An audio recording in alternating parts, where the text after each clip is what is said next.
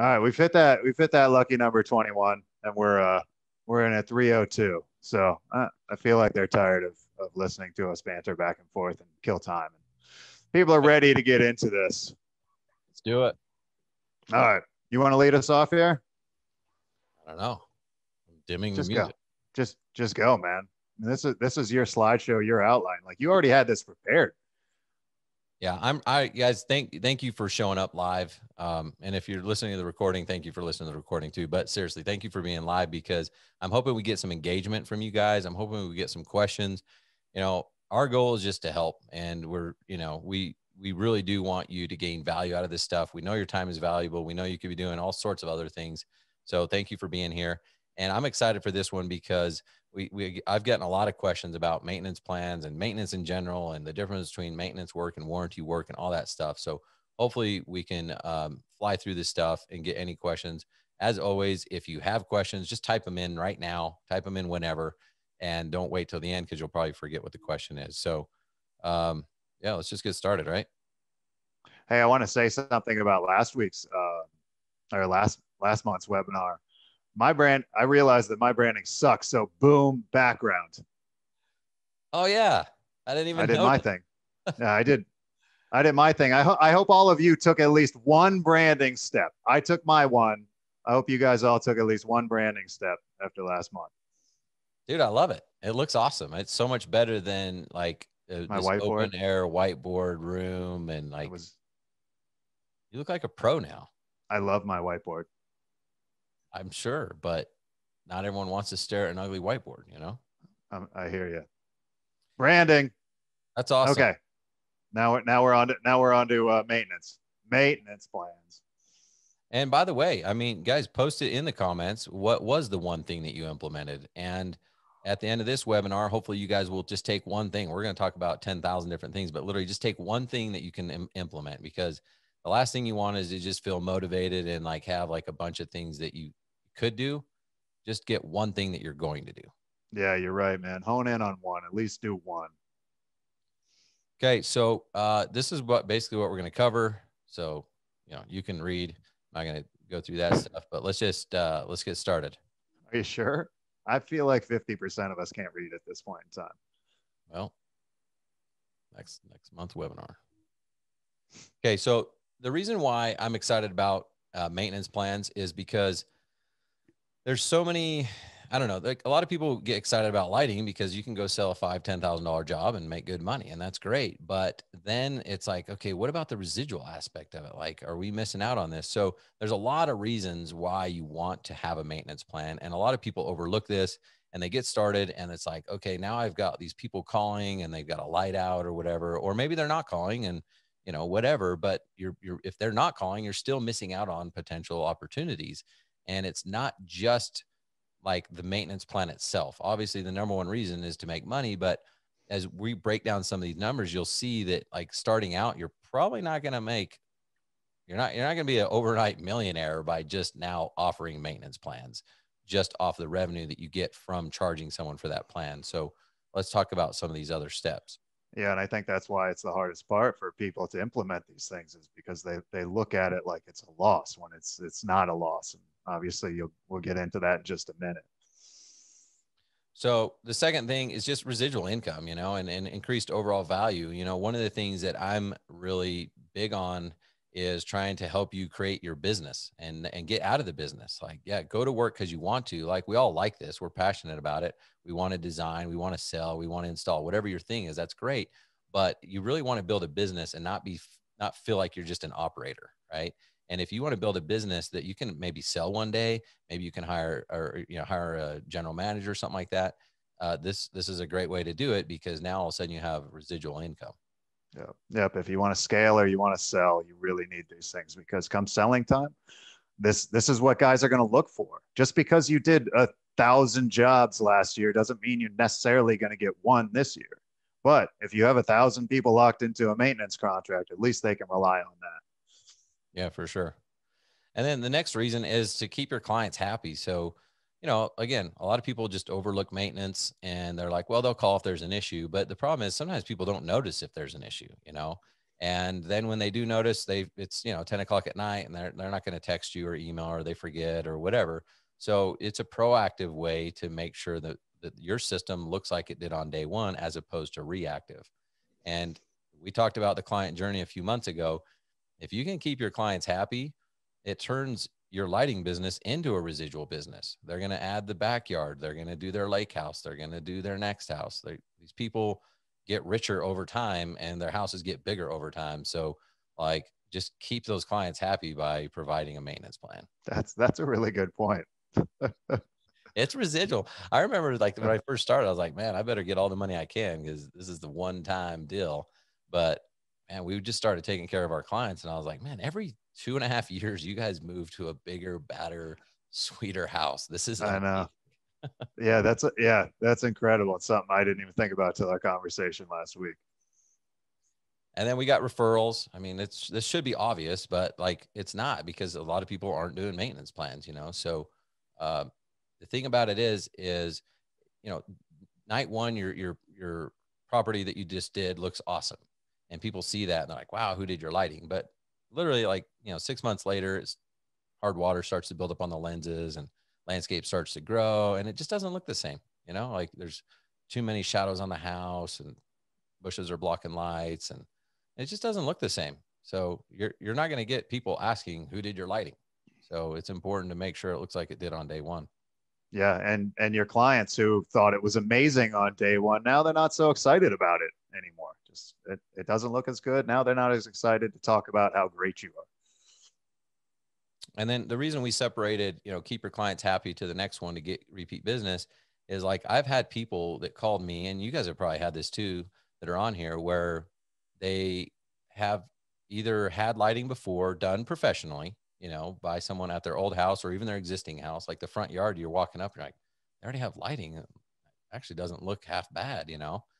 And then you start asking about it, and it's like, well, why don't you just call the other company to do the backyard? And it's like, well, they were great. We liked them. They were great. Obviously, they were great enough to trust to give them money, but then they didn't take care of them. And that's what they'll tell you. They're like, yeah, they were just hard to get a hold of. And, every once in a while we had lights go out, and, at first he was really good, but as they grew, they just got spread thin, and they were slower to respond. And like, that's like huge, guys. If you can just capitalize on that one thing, you're going to be able to grow your business. And we know how hard it is to get clients. So retention is so key here. It's so much easier to retain a client than it is to get a new one. So much less expensive. Yeah. How many of you guys on there, and just, put it in the chat. How many of you guys send people by other houses? Like, do you give them a list of like homes that you've done? Do you guys have reference lists like that? Just let us know in the chat. I love doing it. You just send it even before you go meet with them. Like, hey, we look forward to meeting with you, whatever. Here's a list of projects. And a lot of people will go drive by. They'll recognize, oh yeah, I know that street. That's two streets over, whatever. So it looks like, several of you guys are doing that, which is cool. Yeah, which is great. And I love the idea of doing it before, having that email drip campaign, sending it out before so they can check it out, so that you can hopefully close on the spot, right? You don't want to have to use it as a closing tool later on. You want to be able to close while you're in person. Yeah, I know, because at first I just would bring it with me and then give it to them if they asked or whatever, or email it after. But that I just started providing it in advance. That way they can go look, and you can organize it by city, because you don't know, like, if you're going to one part of town and there's something that's like an hour away, they're not going to go. But if you organize it for them, then they can quickly scroll to their city, and most people kind of know the streets around their area. So they'll recognize those and go look at them, and then it does allow you to close. So, but the purpose of it being listed here is because, again, if you don't have people on maintenance plans and you don't know, you're like, man, I haven't been to that house for like 3 years. It looked really good on day one, but like, who knows what it looks like now? All the lights might be working, but that landscape grows, as you guys all know. And so I would be a little bit more concerned about just giving out a list of homes they can drive by if you're not doing maintenance plans. Yep, exactly. And by the way, a good CRM will give you a list of homes that are close in the proximity to the person that called you. I know that we had that conversation with ServiceMinder, where if you pop up the prospect's address, all the homes within a 5 mile radius will pop up too. That's so cool. That's awesome. Yeah, I'm old school. I like I know. pretty much I know, write buddy. out the address in front of them or whatever. And all right, keep trucks visible, especially when you're starting out. If you're not busy right now, I mean, if you're, which you should be busy right now. It's like easy to be busy right now, but let's say you're not. I don't want to make you feel bad. You're getting started out, whatever. Like this is a great way to stay busy because you've got maybe 2 installs a week, or you can do the other 3 days of the week. Well, if you can spread out your maintenance and get into those nice neighborhoods, we talked about branding. I think it was last month. You can't put signs out in certain neighborhoods, but you can drive your fully wrapped truck in there. And if that's sitting out in front of a property for a couple hours while you're doing maintenance, you just increase the likelihood of you getting a referral, and they see, oh, wow, you did the Joneses. Like those guys are difficult to work for. If you can work for them, you can work for anybody, you know? And that's why this is not a loss. Even if the program itself, even if you are technically losing money on your maintenance program because maybe you're paying a tech who's not busy doing maintenance all the time, the money that you'll get just keeping your trucks visible and in that neighborhood, in those high-end neighborhoods, will more than make up for that. 100%. And we're going to talk about that right now, kind of the breakdown of dollars and cents and stuff like that. And I combined 7 and 8. I need to. Don't combine 7 and 8. Seven and they're different animals. I know, but I said it wrong. That's the problem with live. I don't know. I can't hit the undo. You're fine, buddy. We're on 8 now. Stay busy during slow times. You're good. So it really is important. Like, you know, it, even if it's really good right now, like literally in next month, we could all be like, crap, what are we going to do in freak out mode? And if you got maintenance contracts, you're going to be fine. Is you're going to have money coming in the door. You're going to have stuff for your guys to do. And that's what's going to keep you visible. That's why I combined them on accident. Well, and I think why 8 is so important is because we know this is not going to continue. It's not. This is crazy what's happening in the market right now, but it's not going to continue. There's going to be a correction, and there are going to be a lot of you twiddling your thumbs who were so focused on install because that's where the money is up front, whereas you got to go focus on maintenance. And I know it's hard to do right now because you're so busy with installs, but there's going to be a correction coming at some point in time, and we want you to be prepared for that. Well said. So one of the things I like to do with maintenance plans is kind of I like to do this with everything. Just reverse engineer. If you want to make, 300 grand a year profit, well, then figure out how many jobs you need to sell to get there and take out your expenses and all that. Well, same thing with maintenance, just reverse engineer it. So we're going to just give you some sample scenarios. These are not intended to be anything other than sample scenarios. So, and that's awesome, by the way, working from the top down to figure out exactly where you have to be. I love this philosophy and this strategy. It works really well. And I don't want to get on that tangent too much, but seriously, you can decide how much money you want to make and figure out the path to get there. A lot of people are like, oh man, there's no way I can make that much money. Well, you can. Like, you just got to figure out how many jobs you got to sell and how much you have to price them for and how many you have to do each week. And that tells you how many employees you need. And you can figure this stuff out. And when you break it down, if you're like, oh, I want to make, I want to sell $1 million this year. Sometimes people are like, oh, I can't do that, but you can. Like, you just break it down and figure out how many months like certain markets are 12-month markets, certain markets are only 8-month markets. So it's a little bit more difficult, but you can do it, just break down the numbers.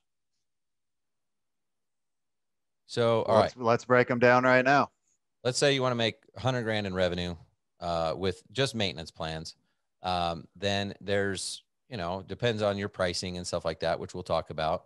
But, you might think there's no way I can do 100 grand in maintenance plans. Well, at $700 per client, you need 143 people. So, maybe that's possible for you right now. Maybe it's not, but it will give you a goal. It will give you a starting point to be like, okay, I've only got 70 people right now paying me 800 or whatever, 700 people paying me 600, whatever it is, but just reverse engineer it and make it work for you. Now, I gave this second scenario because it's not just about the revenue collection of the maintenance plans.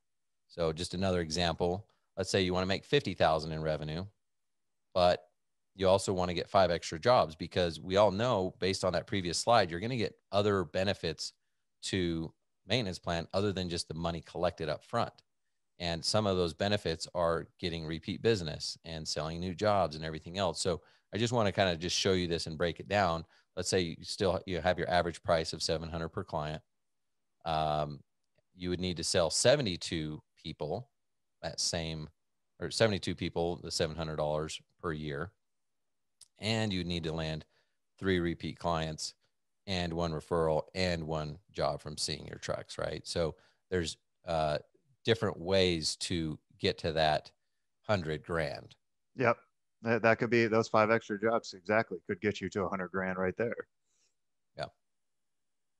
And So that's the thing. That's what's so huge about maintenance. Having the program is keeping yourself visible. Remember, out of sight is out of mind. So keep yourself visible. I promise you that the money will come, if not directly from the maintenance program, from more jobs. it actually reminds me of how you track marketing. Like, if you just do one marketing thing and you're like, okay, we're going to do Google ads, or we're going to wrap our trucks, just one thing. It works, but it works better when you do the marketing mix and have all these things working for you. But it's hard to track. Like, you might get a lead from your website, but they first saw your truck and they didn't mention your truck. So it's not like you're going to unwrap your truck because you're not getting as many calls from wrap trucks, right? Well, the same is for maintenance plans. Like, it's hard to track some of this stuff, how valuable it is, because you might think, oh man, I only brought in 50 grand worth of revenue in maintenance plans, like that's easy to track. But what's not easy to track is the external benefits of it, of those referrals and the repeat business and all that stuff. So just know that if you can figure out how to somehow even just break even on maintenance plan, I promise you're making a fortune because of it. Exactly. Yep. So let's do, let's just, we're assuming you're either don't have a maintenance plan in place, or you've got it, but you're struggling with how it's done and all that. So, if you want to start it up, this is kind of what we came up with. Is at first, I'm not suggesting you should just go buy a dedicated truck and hire a dedicated guy and stuff. If your business is already in place, yeah, you actually might be able to do that. But if you're still kind of growing and stuff like that, you don't have to just like throw a ton of money at it. So first, just start scheduling it after an install. So, go schedule these visits according. We all have days where we're like, there's no way we could go do something after an install. But if you got a small 10 or 20 light job, then just schedule it after that and go do your maintenance plans that day. And it doesn't really cost you extra money. It's actually you doing it, right? Yep. Crews.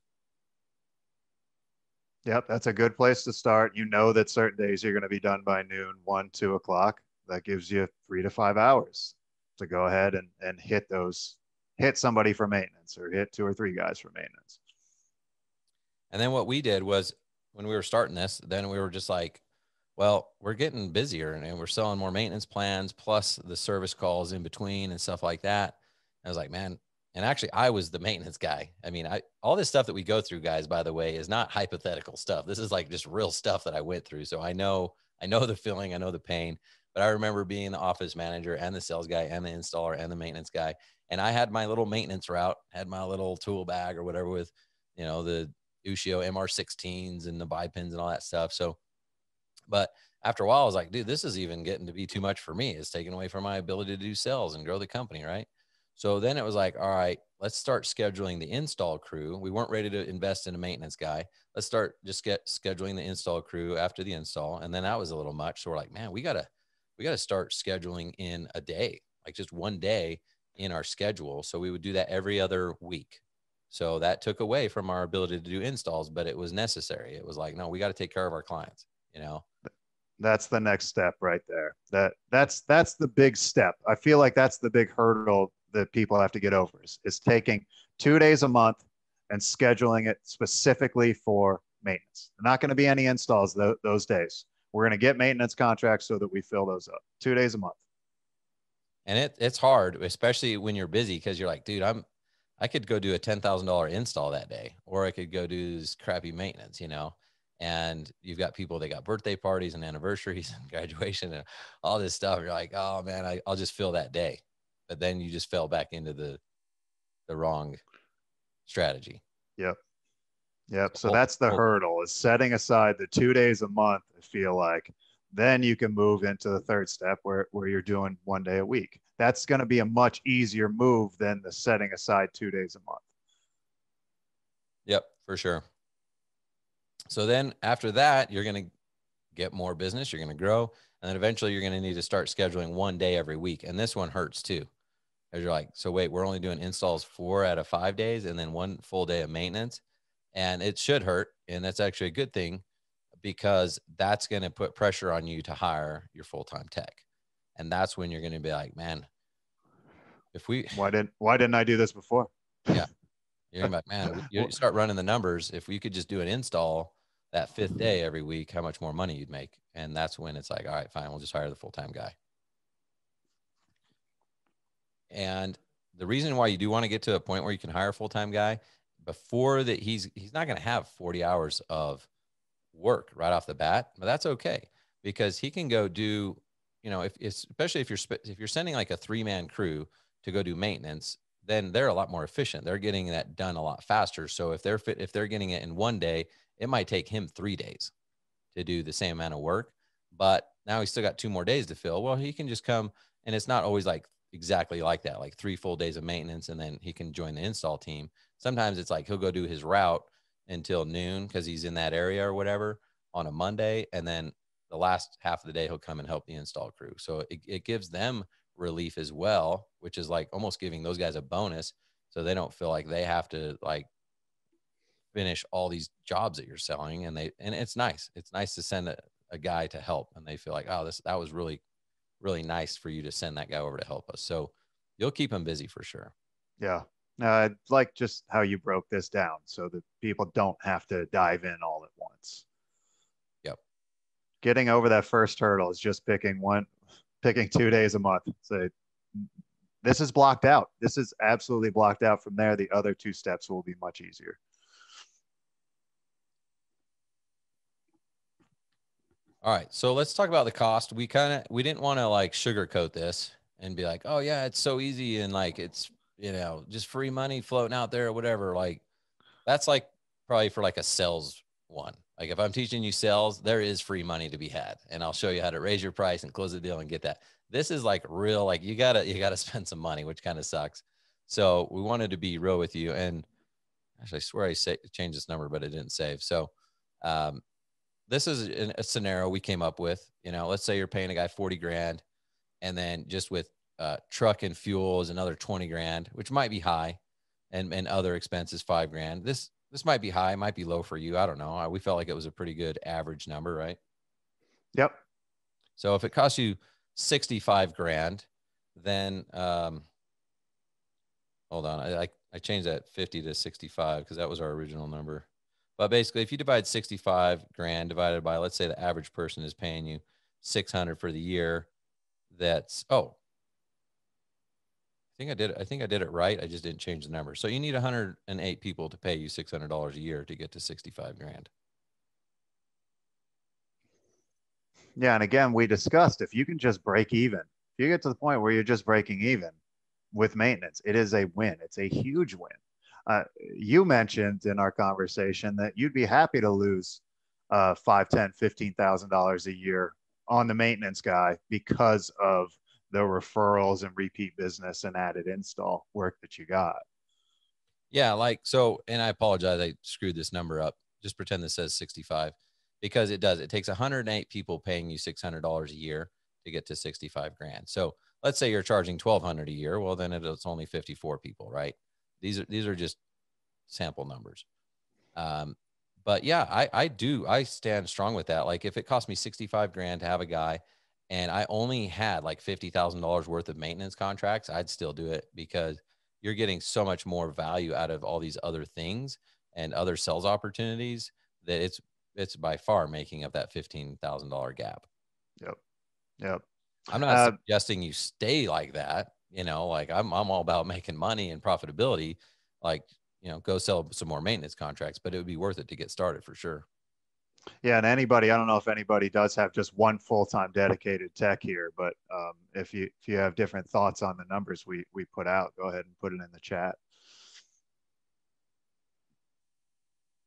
And yeah, that's at 600 a year. If it goes to 1,200 a year, then you only need 54 people paying you that. So that's the cost. We talked about the cost. We talked about scheduling. So like how to start scheduling it, different options there, how much it's probably going to cost you when you actually hire a dedicated guy. And then let's talk about, how to price it. So what I like to do is do a minimum, because you'll have some small jobs that, if you price it by the light and then it's only 10 lights, I mean, it's going to be hard to make any money at, just charging someone minimal. So come up with a minimum. I don't want to tell you what your minimum has to be. I like 400 a year, but we all have different amounts of overhead. We have different expenses. So you can make that 500 a year. I would probably, if I started right now, I'd probably make my minimum 500 a year. Yeah, I'm with you. I think a $500 minimum. Everybody's expenses for everything is going up. So, yep. And then I like to charge per light. So, there's a lot of different ways to do this, guys. Some people charge by light and then transformer and everything else. Like, shouldn't really matter how many transformers are on the property. Just, it's real easy to be like, all right, you got 52 lights. I charge $20 a light. So it's 1,040 a year or whatever. It's pretty easy to do it if you do it by the light. There's options for like how many visits per year. I know some of this is going to be different based on your territory. So I was in Texas where it was 12 months a year. 2 visits a year worked really well for us. We had Jeremy on the podcast a couple of weeks ago, and he was talking about like a 3-visit system, and it was based on, like snowfall and everything else. So, if I say 2, that doesn't mean you can't do 3. Doesn't mean you can't do 4. Make whatever works for you and your climate, Yeah. So Ryan, if you were doing 2 visits per year, you might suggest $20 per light. If you were doing 3 visits per year, you might suggest $30 per light. 4 visits per year, $40 per light. Yeah. We only offered the 2 visits per year as like our thing. We didn't give them options on this. But then we would have people that would be like, I want you guys to come more. So I would just do a custom plan for them, either quarterly, or some people we actually went monthly. Some residential we went monthly, not a lot.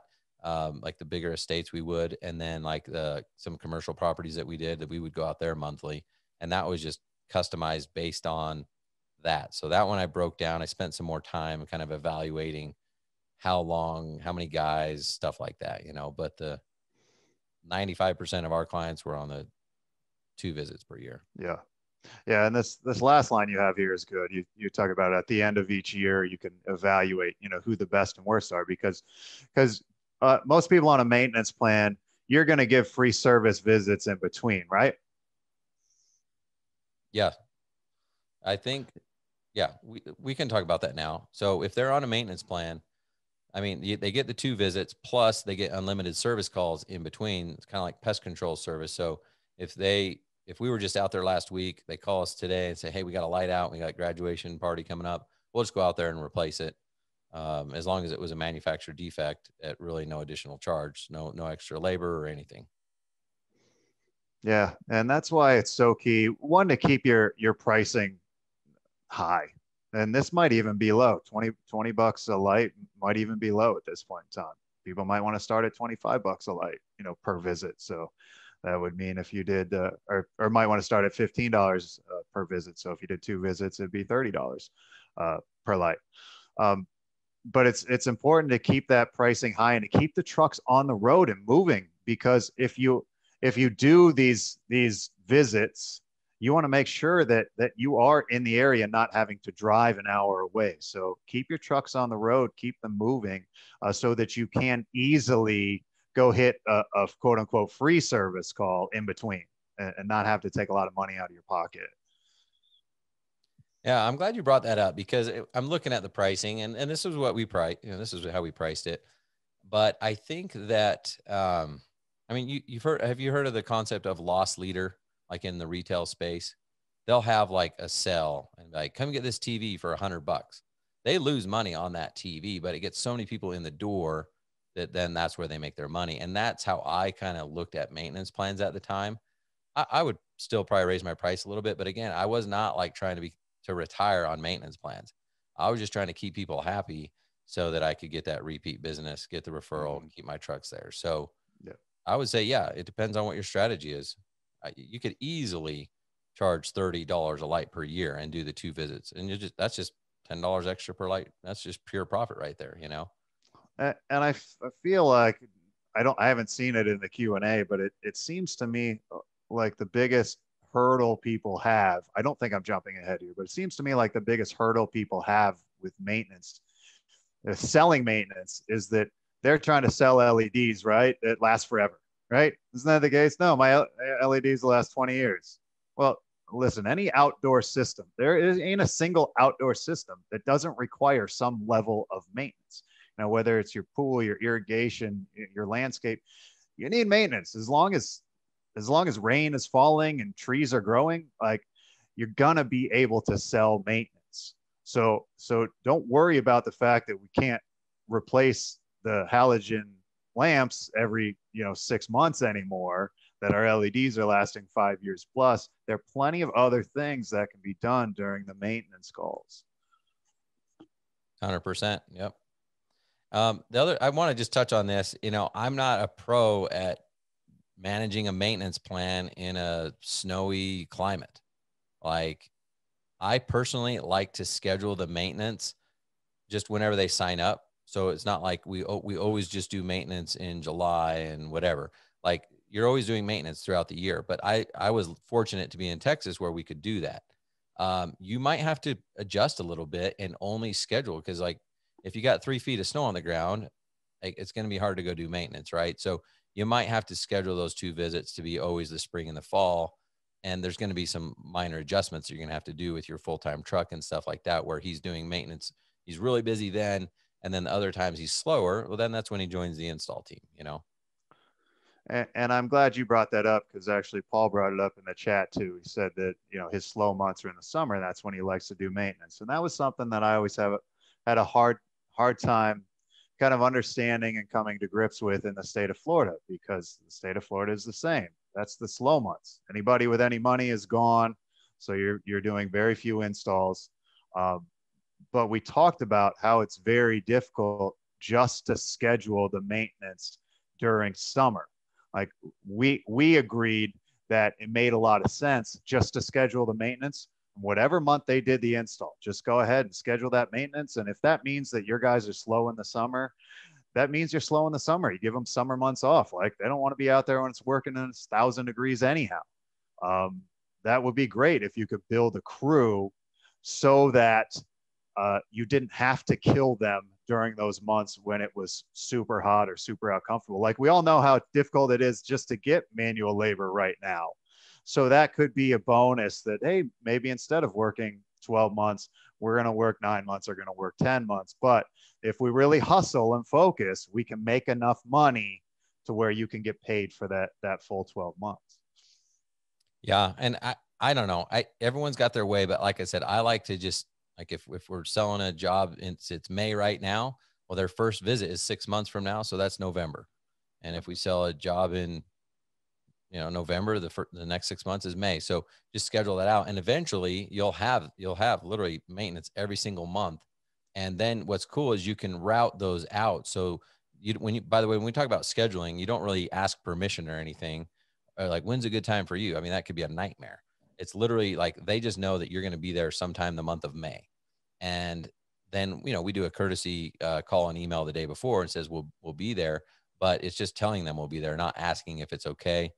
Of course, there's scenarios where it's like, well, I got to put the dogs up, or, the gate code or whatever. But, you can, with a nice CRM, you can have those things in there that says, here's the gate code, whatever, or make sure to, knock on the door so they can put the dogs up and they don't kill you. So, but for the most part, like 90% of your clients, you can just show up, get it done. You can route it by neighborhood and stuff like that, so that you're not driving all over town.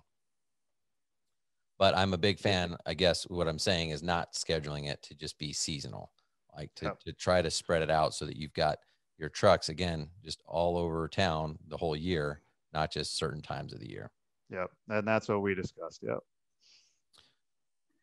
Um, and then I always pulled a report at the end of the year and been like, okay, who's our worst clients? And I would either just raise the price or, well, that's what I would do, just raise the price. And then they would decide if they fired us or not.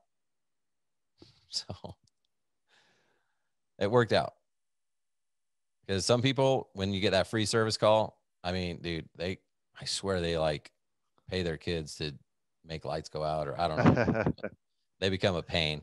And it's Yes. usually only like the top 5 or 10 people, you know, but everyone else, like our average callback, we went like an average of like 2.2 times or something. So most of it was just the 2 times. And there were some other people that called. So, Yep. Yep.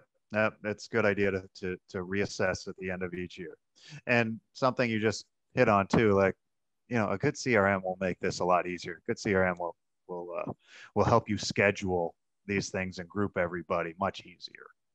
yeah, I like to do the billing once per year. So like they'll just prepay for the year. Some guys just charge monthly. Um, I like the commitment thing. It's like, no, you're signing up for the year. We're going to take care of you. If there's anything that you need, we got you, but it's the red carpet, white glove. You don't have to worry about payments or auto pay or anything like that. Let's just get you signed up and it'll auto renew for you next year. Yep. I agree. I agree. Okay. Just Let's talk one about annual this. one annual bill. Sorry.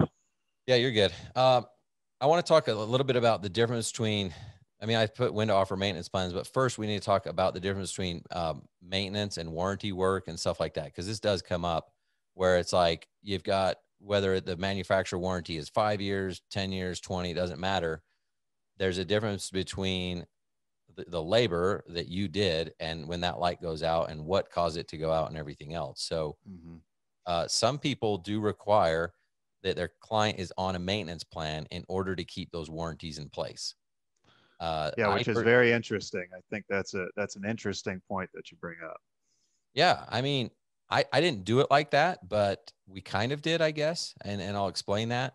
Like when you buy a car, they give you a 50,000 mile warranty, or 30,000 or 100,000, doesn't really matter. If you just don't do any maintenance to that and you take it in and you're like, man, this thing's a piece of crap. The engine's blown, whatever.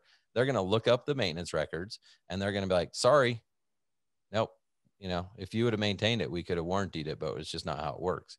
And that's Yep. kind of how, Didn't have your oil changed on time. You didn't have your tires rotated properly. yeah. And Exactly. that's how all the manufacturers are out there. They're not going to want to warranty something for you if you've got a fixture that's like full of dirt and water that's not a submersible fixture. Like, it's just not how it works. I mean, they're LED, they need to breathe, like they need maintenance. So I promise you, like, you're going to get in a battle with either your distributor or manufacturer at some point if you're not maintaining your systems. Mm-hmm. So whether you want to put that on the customer or not, that's up to you. I didn't require them to get the warranty. We would tell them, hey, you got a 20-year warranty, you got a 5-year warranty on the manufacturer side. And on the labor side, we tell them you got a 2-year labor warranty. So that means for 2 years, we'll come out and replace something if it fails. No, if it fails on its own, if your kid breaks it or the landscaper breaks it, then yeah, you're gonna have to pay for it because it didn't break itself. But the reason we did the 2-year labor warranty was just to give them that added protection. But that means if they're not on a maintenance plan and year 3 comes and they call, then we would charge them the labor to go out and replace that light. Yep. Right? They wouldn't have to pay for the fixture or the lamp, but they would have to pay for the labor. Now, what we would do is if they were on a maintenance, so we didn't take the manufacturer warranty away, we still let it apply, but we would tell them, like, if you don't take care of it yourself, like somebody's got to maintain it, either us or you.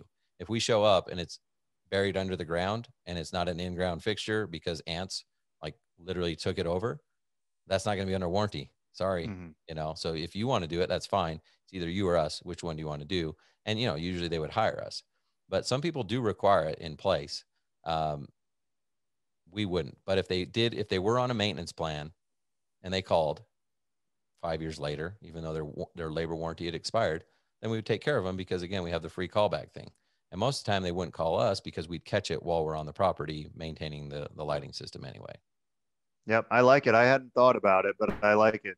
In order for these products to stay under warranty, you just use the exact same car care scenario. Somebody has to maintain it. We have a crew that maintains it, so we can make your life really easy we will maintain it so that it is covered under the manufacturer warranty. But somebody's got to do it.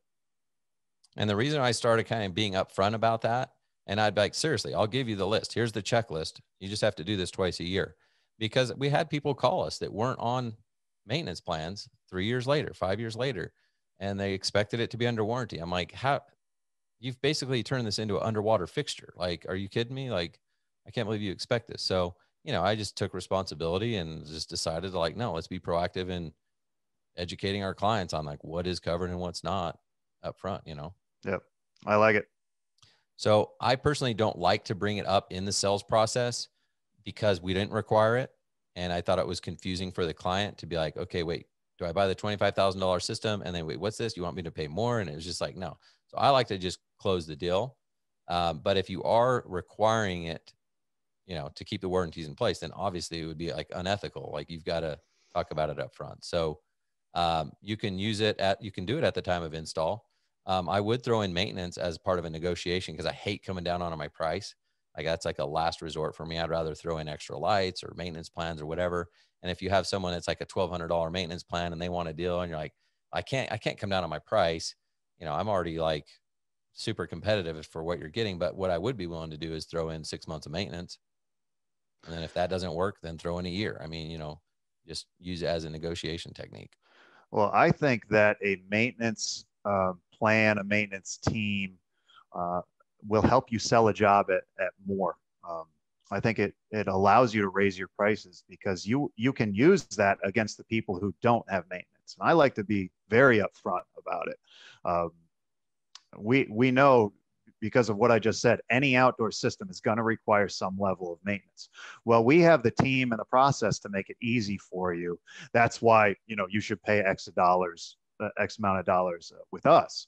So I have no problem with using it during the sale. And that's an area where we differ. I don't think that it would confuse. I think that it would actually allow me to raise my price because we do have the team in place and we would explain that. I don't, yeah. Would you give them the price right then, or would you include it with the sale, or how would you do that? Yeah, what I like the idea of doing is giving away the 1 to 2 free visits. As part of this deal, you're going to get the 1 to 2 free maintenance visits. If you want to keep it going, this is the price. But we're going to go ahead and give you 2 free. We'll send you a bill at the end of the year, and if you want to keep going with it, just pay the bill. Cool. Yeah. I mean, yeah, I like it. So if you don't do that at the time of install, or maybe you try, well, if you give it away, like you're saying, Jay, so then you gave it away. But let's say you try to sell it up front or whatever, and you can't, then you still can try it at the walkthrough after the install. You can try it, via phone or email after 3 to 6 months. You can keep hitting them with that offer. People want to protect their investment. And the best time to get them to open their wallet is when it's already open. That makes sense. Like that's when you get it to open them wider. The wallet's open. You just got to open it a tiny bit more. You don't have to put it back in your pocket and then open it again later. Let's just open it a tiny bit wider and let's protect our investment because that's what this is. It's an investment in your house and in your security and your safety, in your lifestyle. So let's protect it. And what better time to sell that when their wallet's already open? I like that a lot. I really do, because you'll see that. Like if you're buying something online, you buy something, and then as soon as you do, you've already given them the credit card info. The next screen's like an upsell, and like, hey, you just click this one, just click, and it's we already got your card, and it's real easy. So you click and you buy, and they upsold you because you already did the hard part. You got your wallet out. So I actually like that. That's a Grant Cardone thing. That's not me. Love it. But sell or be sold, guys. Read it if you haven't. Okay, so we talked about offering, 2 to 4 visits per year, make the system look brand new. We do the unlimited service calls in between visits. Make sure you just have this stuff listed out in some paperwork that they know the difference between warranty and maintenance. Some people, when I do say, hey, you want to buy this? They're like, well, you're giving me 2-year labor warranty. Why would I buy a maintenance plan out of the gate? That seems dumb. And that's when you just make the explanation. You know, the labor warranty is reactive. Yeah, for 2 years, we'll come if you call. You're probably not going to call. Whereas the plan, the maintenance plan, is proactive. This is the red carpet, white glove. You don't even have to think about it. We're already going to be here, and you're going to be like, who's that? Like, we're going to just come take care of it. Your lights are going to look great. You're going to be out of town at your beach house. You don't care. Your lights are on for security, safety, all that stuff. So it's reactive versus proactive. And some people are like, they still don't get it. They're like, well, I just don't get it. So that's fine. You know, they'll sign up in 2 years or whatever. Other people are like, oh yeah, I'm rich. I want the red carpet, white glove. So let's sign up right now. I mean, which is most of our target markets, right? That's who you guys are going after. You're going after the ultra rich who can afford this. Just sometimes have to remind them that they're rich, you know? You guys worked hard for this money, man. Let me help you spend it. Let's go. Yeah. And then I put a last bullet here. Some of you may disagree with this, but I would recommend just stop maintaining halogen systems. We sent out a notice to all of our clients that, hey, you know, next year we're going to stop maintaining halogen, but you can, if you still want to be on a maintenance plan, upgrade to LED, and that was a great revenue boost. I mean, a lot of people just upgraded to LED because they kind of wanted to anyway, and we just happened to make them an offer. You know what I mean? And then the people who did not upgrade to LED, we did not keep them on an actual maintenance plan. It was just call us when you need us type thing. And they, you know, some of those people would just call us once a year, or some would still call twice a year, 3 times a year, whatever. But I don't know. That's just my opinion. I don't expect everybody to agree with that, but that's what I did. I would agree with you. Just get them on LED. Yeah, it's going to change the whole dynamic of the business structure if you're having to worry about a whole bunch of halogen lamps. I would agree with you. You want to keep it as efficient as possible. Keep your team as efficient as possible. I'm with you. All right, and then I think this is kind of the last one that we're going to talk about, and then I see a bunch of questions in there we'll get to. Just make sure you have a checklist. This really helped us out to just formalize a checklist for both our crews, because sometimes what would happen is they would forget to do something. And so I was like, all right, we'll just make a list, right? But this made it easy to do so that they didn't forget.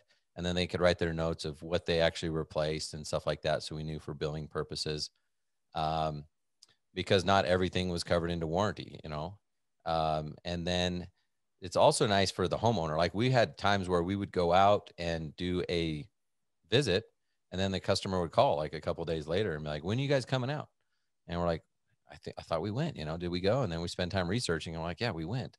And so it's just a nice leave behind. I'm old school. We just had this, and it was carbon copy. So a copy for the office, copy for the client, leave it on their door.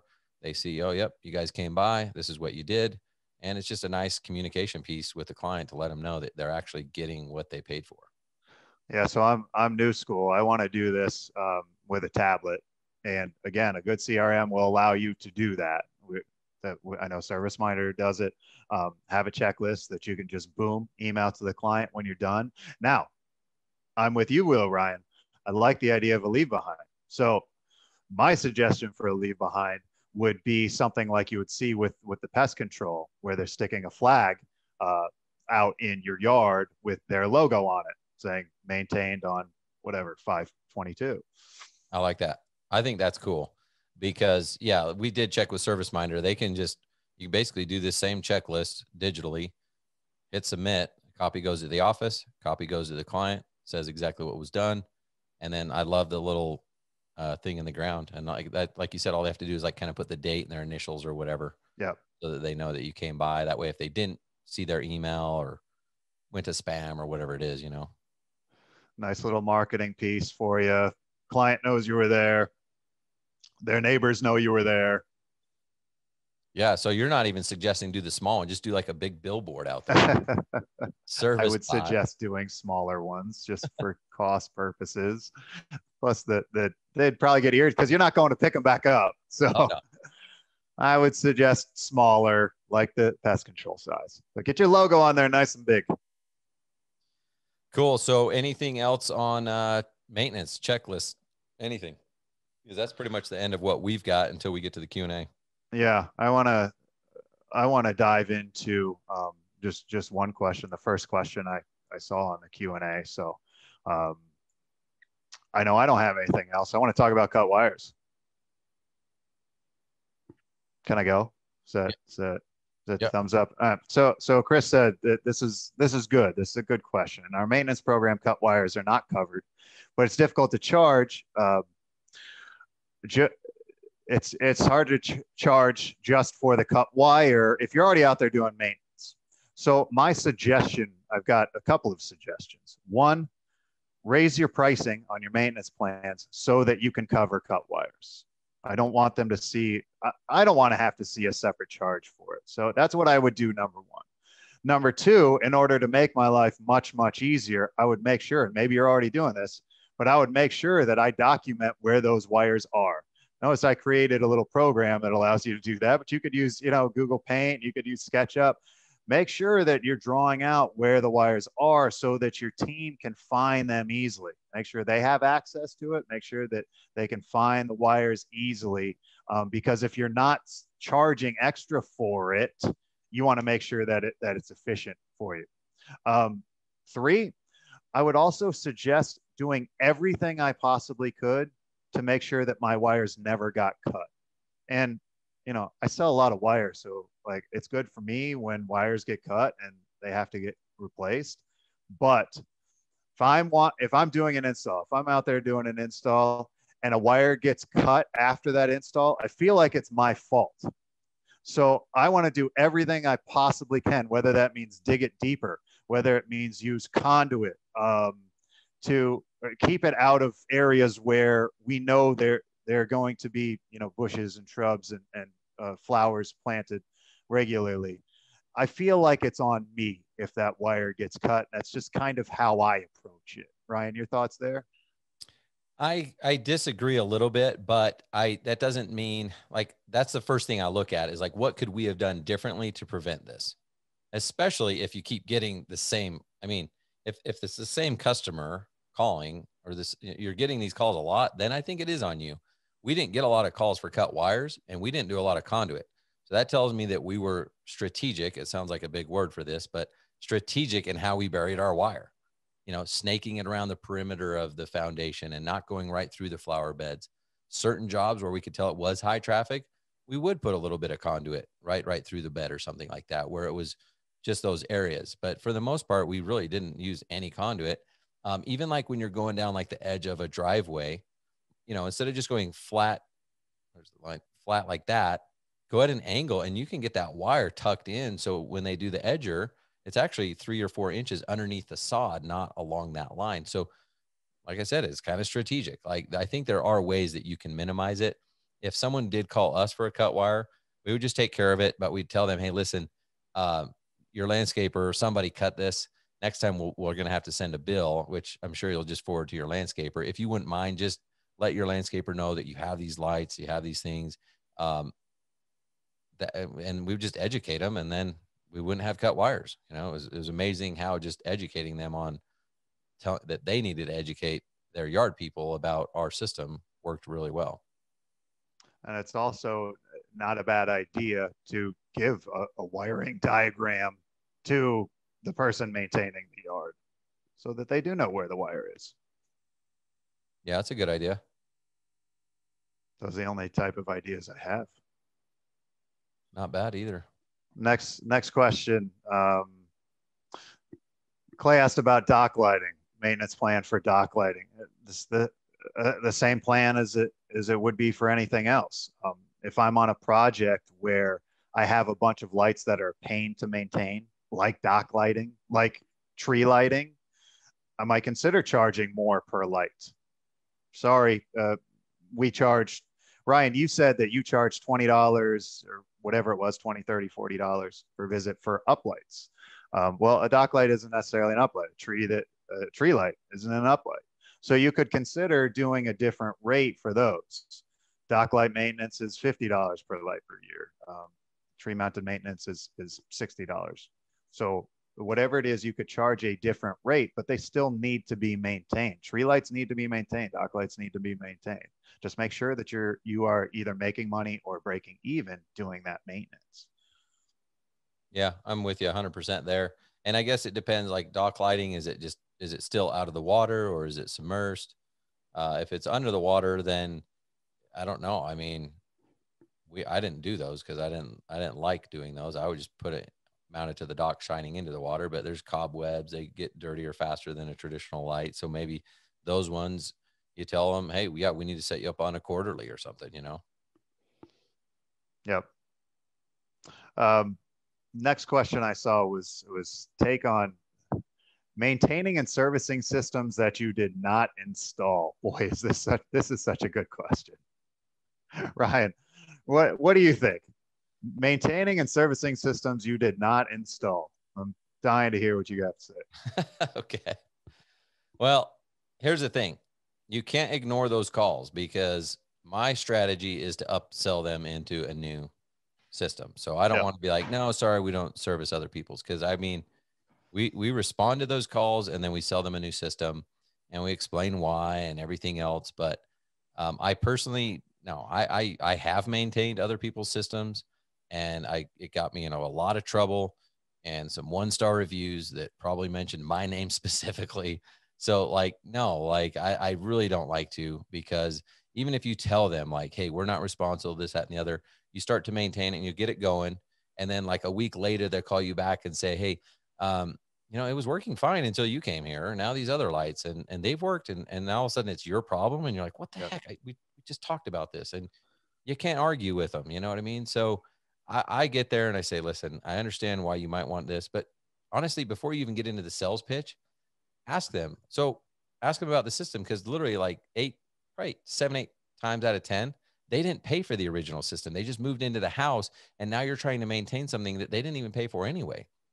So if they just paid for it 3 years ago, yeah, it's going to be harder for them to do a new system. But most of the time, that's not the case.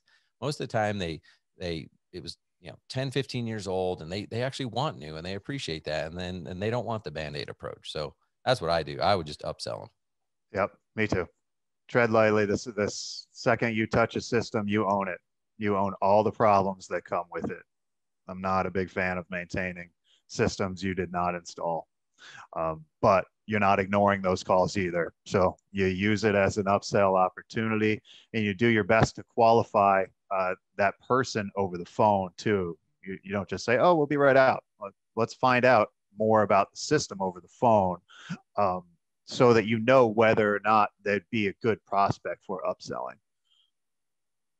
Yeah, I mean, so many horror stories I can share with you where it's like, no matter what, you're screwed. Because even if you're there on site and you're like, hey, we we got into this, and we knew we were gonna have to run some new wire up this tree, but then we got up to that fixture, it's 40 feet in the air. We didn't realize that the socket's all corroded, so now we need a new fixture. And they're like, this feels a little bit like bait and switch. And you're like, okay, well, I mean, did you want me to climb all your trees and check them before I gave you the quote, or so just stuff like that. Or let's say, you replace it or whatever, or you wouldn't, maybe the socket was, you could tell was bad, but it still worked. And then you don't do it. And then they call you 2 months later and they're like, well, don't you think you should have checked that, or just replaced it while you were here? You can't win. Like you literally can't win on those. So I know some guys have figured out how to win, but I can't. So No, that was an amazing Karen impersonation. I don't know how long you've been working on that. it's just And, natural for me. and again, I like what Paul says here. Well, that they'll maintain it, but they have to agree to bring it up to their standards first. That's great. But as Ryan mentioned, what's it going to take to actually bring it up to the standard? And is the client going to complain about a bait and switch?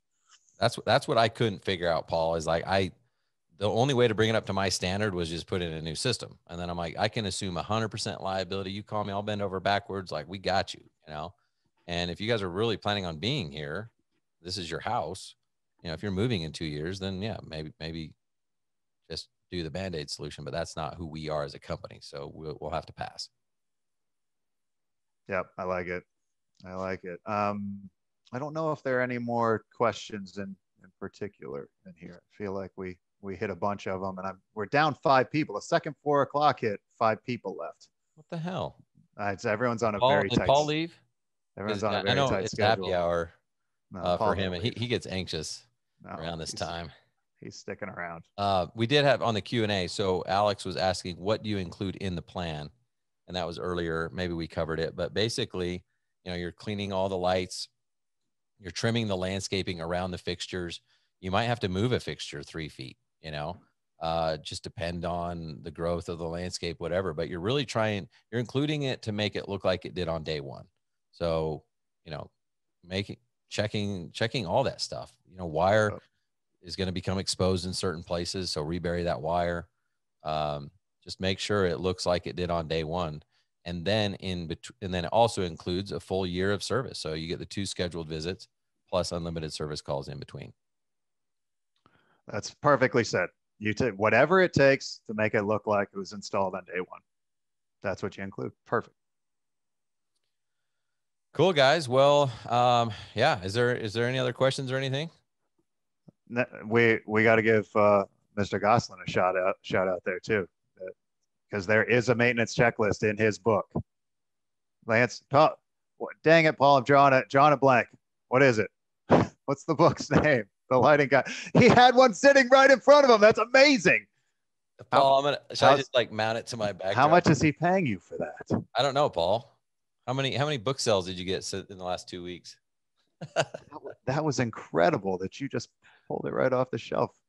That's amazing. Go check out Paul's book. Mention when in the ordering comments, mention the Ryans, because we want our commission. But the book really is really good. Lightning is a problem down here, especially with LEDs. This is from Mike.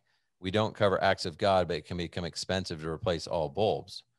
So here's the lightning solution.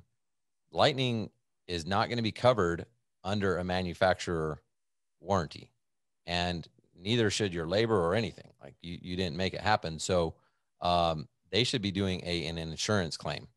And we did probably 12 to 15 jobs a year because of lightning. They were like just free repeat jobs.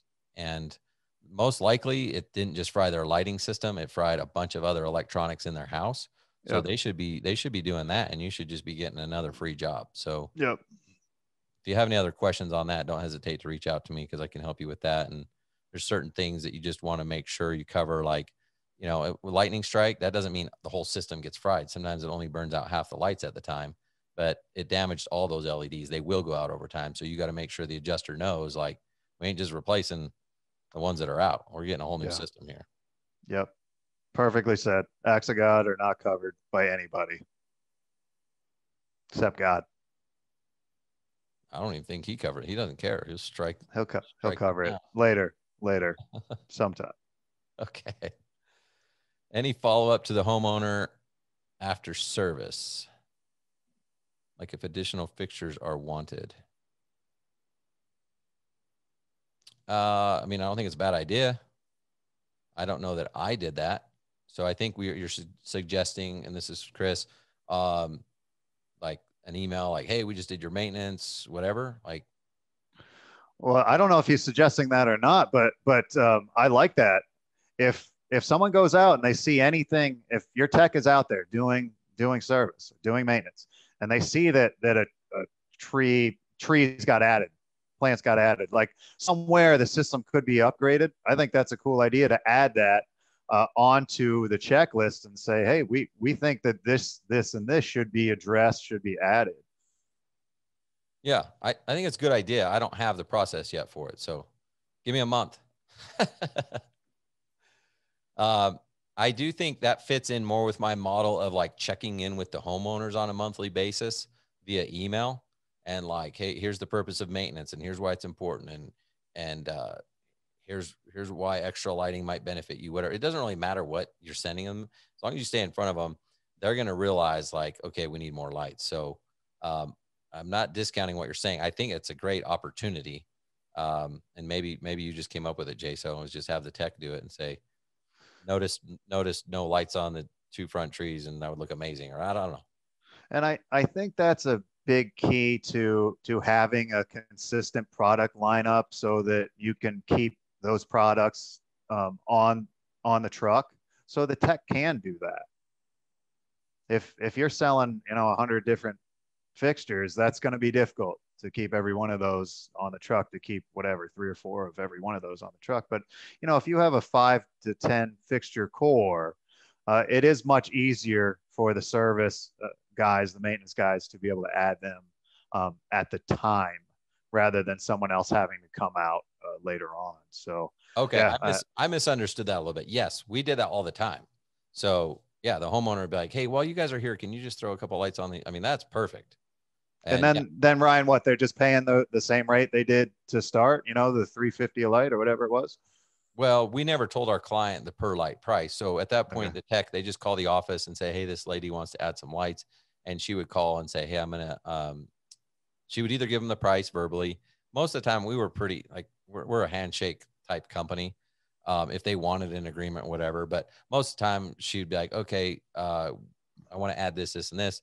The my office manager would look it up and be like, "Okay, it's 2 lights, it's $700 or whatever," and they'd be like, "Okay, that's fine. Just send me the bill and I'll get it paid."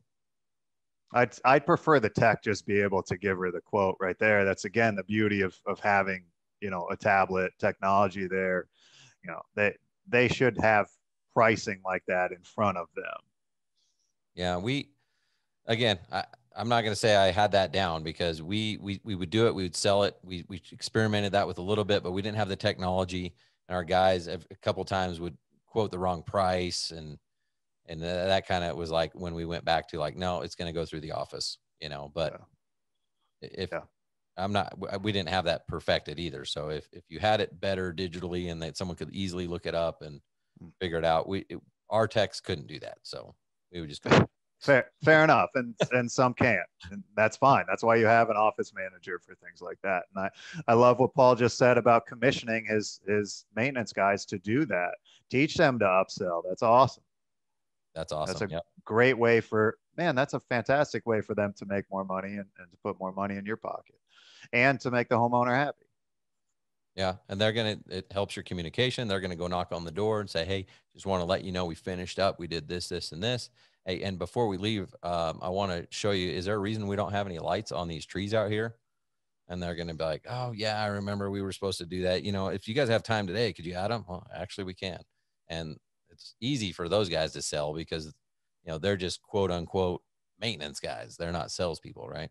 Yeah, sometimes it's easier for them Yeah. because in theory, they don't care. Obviously, if they're commissioned, they care. But the homeowner doesn't know that. They don't have to know Like that. Yeah. like the engineer, I feel if an engineer can relate to me, I typically feel better buying from an engineer than a homeowner, because or than a That's homeowner, than silly. a They salesman can't relate to you, if engineer. they can relate to me. Yeah, that's a big deal. And then Olin asked about lighting arresters, and yeah, they're definitely there's surge protection out there. I don't have much experience with the surge protection. Who has some? Night Nightscaping, Page, Cast probably has something. I think Intermatic has something. Like there are a lot of guys with different surge protection. I think Garden Light has them. Um, a lot of guys with them. I just don't have much experience, so I can't speak on that. I don't have that experience either. Other than I'd be very, very impressed by their engineers if they think they can stop lightning. And I'd still be wary to sell it that way. I'd just still put, nope, not covered under anything. I mean, I've seen what lightning can do, and it's insane. So Yeah, you might as well just get it paid for through your homeowner's insurance. Let's just get free stuff. yeah, there's so many other ways to differentiate yourself. You don't have to be like, and we protect from lightning. I don't know. Yeah, I could go either way on it. I just don't have enough experience to say whether or not you could actually stand behind it. Yeah, that's how I am too. Okay, that was great. Down to 21 where we started this thing. So maybe we should just hurry up and get out. I know, before everyone's gone. It's just, where are you seeing this? How many people have left? Don't worry about it. All We right. got to go. Okay. Thanks, you guys. You guys seriously are awesome. We really appreciate your support. We appreciate you showing up live. Thanks for your input. Thanks for your questions. I love you guys. Thank you. Thanks All right. again, guys. Talk soon, everybody. All right. See you guys. Peace.